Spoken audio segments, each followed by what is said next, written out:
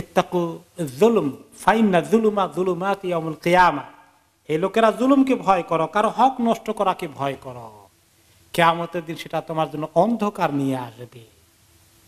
আরেকটি হাদিসে তিনি বলেছেন, আতাদরুনা মানিল মুফলিস, তোমরা কি জানো আমার উম্মতের মধ্যে মিসকিন কারা, অসহায় কারা, কপরদক্ষিণ কারা, সর্বহারা কারা? সাহাবীরা উত্তর দিলেন যে এক লোকমা দুই লোকমা খাবার জন্য দাঁড়ে দাঁড়ে ঘুরে ভিক্ষা করে, সেই তো আমরা মনে করি সর্বহারা।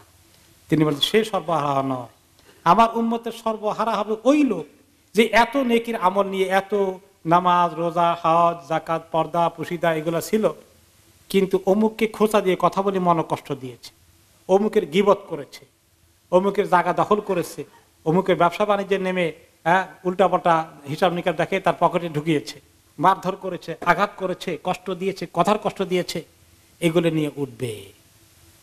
আর তখন আল্লাহ তাআলা ফয়সালা করতে বলবেন, এই যে এই সব লোকের পাওনা ফেরত দাও। এখন পাওনা কি দিয়ে ফেরত দেবে? টাকা পয়সা আছে, জায়গা জমিন আছে? শুধু আমল দিয়ে, নেক আমল দিয়ে শোধ করতে হবে। তো আপনার রোজা দিয়ে তার পাওনা শোধ করতে হবে, আপনার যাকাত দিয়ে পাওনা শোধ করতে হবে, নামাজ দিয়ে পাওনা শোধ করতে হবে। তো আপনার থাকলো কি? আর থাকলো না। এখন দেখা যায় কিছু লোক এত জুলুম করেছে, এত হক নষ্ট করেছে, তার সব নেকি দেওয়ার পরেও এখন বাকি পাওনা দ্বারা খাড়া হয়ে আছে, আমাদেরটা এখনো পাই নাই। এখন তাদের গুনাহগুলো এর কাঁধে দেওয়া হবে পরিমাণ অনুযায়ী। যেই পরিমাণ হক নষ্ট করেছে ওই পরিমাণ গুনাহ তার আমলনামার থেকে এর আমলনামায় ঢেলে দেওয়া হবে। এরপরে তার ঠিকানা কোথায় হবে? এখন জাহান্নাম। এই দুনিয়ার মধ্যে জুলুম করে, কষ্ট দিয়ে, হক নষ্ট করে এই শাস্তির খবর নিয়ে দুনিয়া থেকে যদি চলে যায়, আমাদের উপায় থাকবে?